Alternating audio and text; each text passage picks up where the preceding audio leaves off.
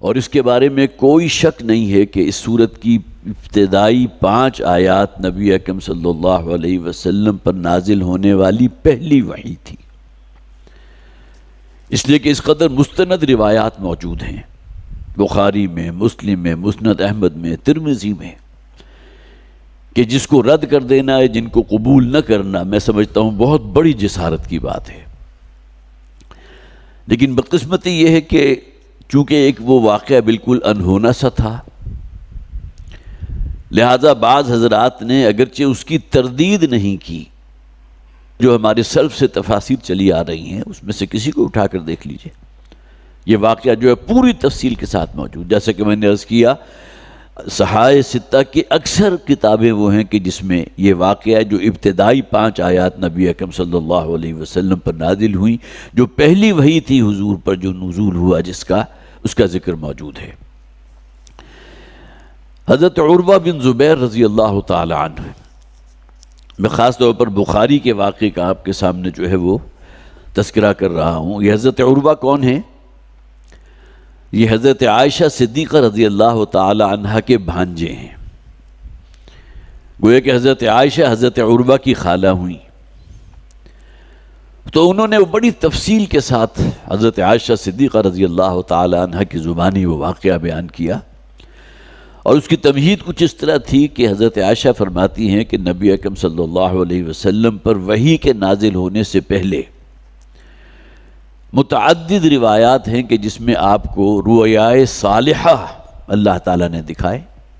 جسے رؤیائے صادقہ بھی کہتے ہیں، وہ خواب کے جو سچے ثابت ہوئے، اور وہ خواب کے جس کے اندر بڑی گہری جو ہے حکمت موجود تھی، بڑے خیر کے خواب تھے، تاکہ حضرت عائشہ فرماتی ہیں کہ جب حضور کی صلی اللہ علیہ وسلم عمر مبارک تقریباً 40 برس کے لگ بھگ ہوئی تو آپ کو تنہائی بہت مرغوب ہو گئی، اس اعتبار سے کہ لوگوں کی مجلس میں بیٹھنا اور لوگوں کے ساتھ بیٹھ کر جو ہے گفتگو کرنا، ظاہر گفتگو ہے تو اس میں کوئی دنیاوی باتیں بھی پھر زیر بحث آ جاتی ہیں، تو نبی اکرم صلی اللہ علیہ وسلم اسے اوائڈ کرنے لگے۔ اب یہ بھی نوٹ کر لیجئے کہ حضور کی عمر جو ہے 40 برس کے لگ بھگ ہوئے ہیں، اور وہ فرماتی ہیں پھر حضور کو تنہائی جو ہے پسند ہو گئی، اگر گھر میں بھی رہتے تھے تو بالکل گویا کہ تنہائی کو آپ پسند فرماتے تھے، گوشہ نشینی اختیار کرتے تھے۔ اسی طرح پھر یہ کہ غار حرا جو قریب میں موجود تھا، اگرچہ بڑا دشوار گزار راستہ بھی ہے، اب تو سیڑھیاں بنا دی گئیں تو شاید بہت سہولت کے ساتھ لوگ وہاں تک رسائی حاصل کر لیتے ہیں، لیکن جب حضور کا زمانہ تھا تو سیڑھیاں تو نہیں تھیں، لیکن نبی اکرم صلی اللہ علیہ وسلم جو ہے کئی دن کا راشن اپنے توشہ دان میں لے کر وہاں چلے جاتے تھے، اور کئی دن وہاں جو ہے وہ تنہائی میں گزارتے تھے۔ اور اسی حدیث میں اس بات کا بھی ذکر ہے کہ کان محمد صلی اللہ علیہ وسلم یتحنس فی غار الحرا، کہ حضور غار حرا میں تحنس فرمایا کرتے تھے۔ تو حضرت عائشہ صدیقہ رضی اللہ تعالی عنہ نے پھر اس کی تفسیر بھی بیان کی کہ تحنس اس کیفیت کو کہتے ہیں جس میں انسان جو ہے تنہائی میں گوشہ نشین ہو کر مراقبہ کرے، غور و فکر کرے۔ تو حضور وہاں ظاہر ہے کہ اس وقت تک تو حضور پر وحی نازل نہیں ہوئی تھی، اور دین ابراہیمی جس شکل کے اندر اس معاشرے میں موجود تھا کہ جس میں جو ہے ما کان صلاتہم عند البیت الا مکاء و تصدیہ، وہ نماز پڑھتے بھی تھے تو جسے آپ کہیے کہ بے ہنگم قسم کی آوازیں نکال رہے ہیں، تالیاں پیٹ رہے ہیں، بالکل براہنہ ہو کر طواف کر رہے ہیں، تو ظاہر ہے یہ وہ چیزیں تھیں جو بھی کسی بھی انسان کو جس کے اندر فطرت جو ہے وہ سلیم ہے وہ اس کے ساتھ لگا نہیں کھاتی۔ تو کانا یتحنس فی غار حرا، نبی اکرم صلی اللہ علیہ وسلم تحنس فرمایا کرتے تھے۔ بہرحال تحنس کی پھر تفسیر جو انہوں نے بیان کی، التفکر والاعتبار، کہ غور و فکر ہے، تفکر ہے، اور پھر اسی طرح جو ہے کچھ غور کرنا ان تمام معاملات پر، کائنات کی گتھیوں کو سلجھانے کی کوئی کوشش کی جا رہی ہے، میں کون ہوں، کہاں سے آیا ہوں، کہاں جا رہا ہوں، اس لیے کہ بہرحال حضرت اسماعیل علیہ السلام کی نسل سے تھے نبی اکرم صلی اللہ علیہ وسلم، اور اس زمانے میں گویا کہ آپ یہ کہہ سکتے تھے کہ یہودی بھی موجود تھے، عیسائی بھی موجود تھے، ان کے پاس الہامی کتابیں سو کالڈ جن کے اندر بڑی ترمیم ہو چکی تھی، بڑی اس کے اندر تنسیخ ہو چکی تھی، وہ بھی موجود تھی، لیکن بہرحال ان سے کسی درجے میں جسے آپ کہیے ایک گنا تسلی نہیں ہوتی تھی، تو حضور تنہائی میں گوشہ نشینی اختیار فرماتے تھے۔ تو اسی طرح ایک دن جب کہ حضور وہاں موجود تھے تو حضرت جبرائیل علیہ السلام آئے اور انسانی شکل میں تھے اور حضور کے قریب تشریف لائے۔ ظاہر ہے کہ کسی شخص کو اچانک اپنے بالکل اتنے قریب دیکھ لینا جبکہ وہ ان کے جاننے پہچاننے والا بھی نہ ہو، جیسا کہ ایک اور نبی کا ذکر جو ہے قرآن میں موجود ہے کہ وہ اپنی جو بھی ان کی محراب تھی یا جو بھی ان کی جو حجرہ تھا وہاں عبادت کر رہے تھے، اور اچانک 9 افراد جو ہے ان کے اوپر دیوار پھاند کر داخل ہو گئے، تو جس کی وجہ سے ان کے اوپر بڑی خوف اور دہشت کی کیفیت پیدا ہوئی۔ تو اچانک حضرت جبرائیل جب آئے ہیں تو حضور صلی اللہ علیہ وسلم اس وقت وہاں تشریف فرما تھے، اور انہوں نے آ کر حضور سے کہا کہ اقرأ، پڑھو، جو ابتدائی الفاظ ہیں۔ تو حضور نے فوری طور پر، ظاہر ہے جو کیفیت حضور کی ہوگی، سراسیمگی کا بھی عالم ہے، ایک ایسا شخص جسے وہ جانتے نہیں اور آ کر اچانک وہ کہتا ہے اقرأ، پڑھو، تو حضور کچھ پریشان ہوئے اور آپ نے فرمایا ما انا بقاری، اس حدیث کے الفاظ ہے کہ حضور نے فرمایا کہ میں نہیں پڑھ سکتا، میں پڑھا لکھا نہیں ہوں۔ اور آپ کو معلوم ہے کہ جو دنیاوی تعلیم ہوتی ہے نبی اکرم صلی اللہ علیہ وسلم گویا کہ اس سے محروم رہے تھے۔ امی آپ کو اسی لیے کہا جاتا ہے، امی اس شخص کو کہتے ہیں کہ جس نے دنیاوی تعلیم حاصل نہ کی ہو، لیکن اللہ تعالیٰ کی طرف سے جو حکمت اور جو دانائی کی باتیں حضور پر وحی کے ذریعے پہنچی وہ اس دنیاوی تعلیم سے کہیں بڑھ کر تھی۔ اس پر پھر روایات میں ہے حضرت جبرائیل نے حضور کو اپنی آغوش میں لے کر بہت شدت کے ساتھ زور سے بھینچا، اور اس کے بعد پھر چھوڑا اور پھر کہا اقرأ، پڑھو۔ 3 مرتبہ یہ فینومینا جو ہے ریپیٹ ہوا۔ اب ظاہر ہے کہ یہ بات بھی ذرا جسے آپ کہیے کہ خوف اور دہشت کے جو کیفیت حضور کے اوپر اس وقت ہوگی اس کے اندر اضافے کا سبب بنی، اور الفاظ یہ ہے کہ اس قدر زور سے بھینچا کہ مجھے گویا کہ اپنا سانس گھٹتا ہوا محسوس ہوا۔ اب اس روایت میں اگرچہ ذکر موجود نہیں ہے، لیکن بہرحال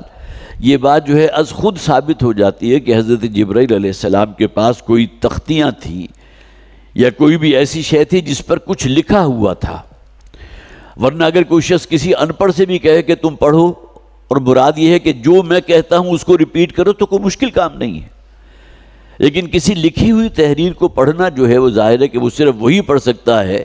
جس نے جو بھی علم خواندگی ہے اس کو کچھ نہ کچھ حاصل کیا ہو، دنیاوی تعلیم حاصل کی ہو۔ اور اس کے بعد پھر یہ 5 آیات جو ہیں حضرت جبرائیل علیہ السلام نے حضور کو پڑھوائیں، گویا کہ وہ ایک تختی موجود تھی جس پر یہ 5 آیات کندہ تھی، اور ایسا نہیں ہوا کہ وہ تختی پھر حضور کے پاس چھوڑ دی گئی ہو، ورنہ تو سب سے بڑی دلیل یہ تھی کہ حضور گھر جاتے تو آپ کے پاس وہ تختی ہوتی۔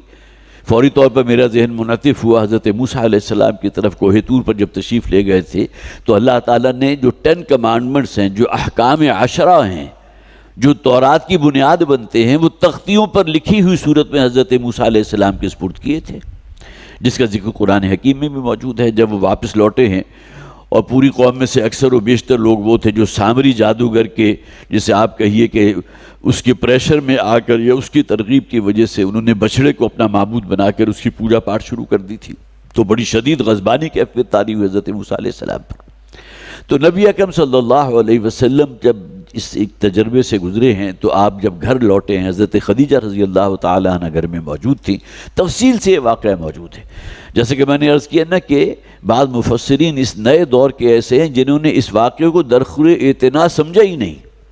اس کا ذکر ہی نہیں ہے۔ میں تدبر قرآن کا مطالعہ کر رہا تھا تو اس میں کہیں ذکر اس واقعے کا نہیں ہے جو کئی احادیث کی صحیح کتابوں میں موجود ہیں۔ انہی کے ایک شاگرد رشید موجود ہیں، ان کا نام میں نہیں لینا چاہتا، لیکن ایک ویڈیو کلپ میں نے ان کا دیکھا تھا جنہوں نے یہ کہا تھا یہ جو ایک پہلی وحی کا واقعہ بیان کر دیا جاتا ہے حدیث کے اندر، اس کی کوئی جڑ اور بنیاد نہیں ہے،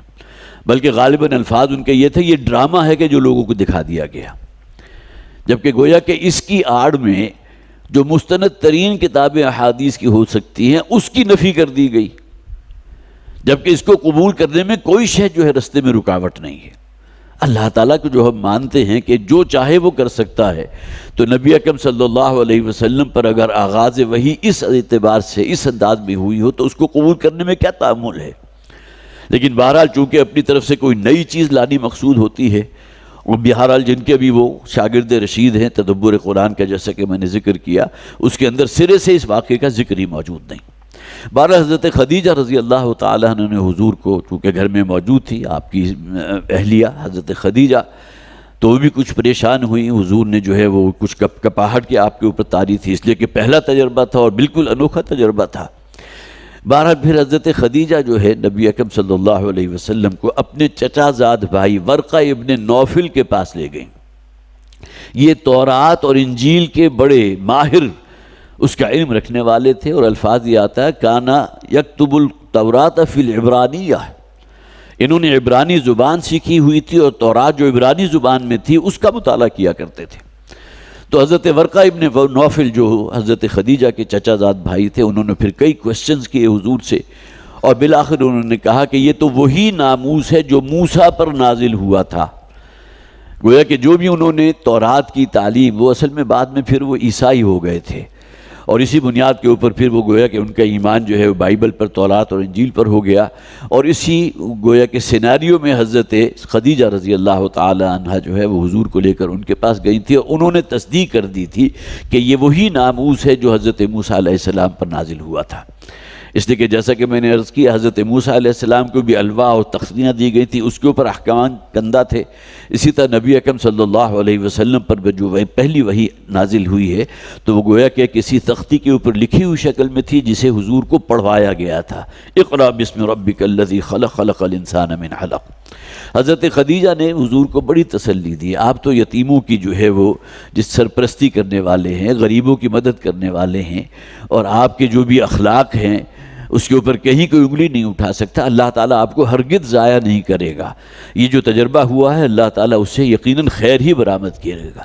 اور اس سے یہ بات بھی بالکل ثابت ہو جاتی ہے، نبی اکرم صلی اللہ علیہ وسلم کسی بھی نبوت اور رسالت کے امیدوار نہیں تھے۔ ایک ہوتا ہے نا، کوئی شخص جو ہے کسی خاص کیڈر کے لیے، کس خاص مرتبے کے لیے اپنے آپ کو اہل سمجھتا ہے۔ نبی اکرم صلی اللہ علیہ وسلم پر یہ پورا واقعہ جو ہوا تو آپ کے لیے بالکل ایک اجنبی واقعہ تھا جو نبی اکرم صلی اللہ علیہ وسلم جس سے گزرے ہیں۔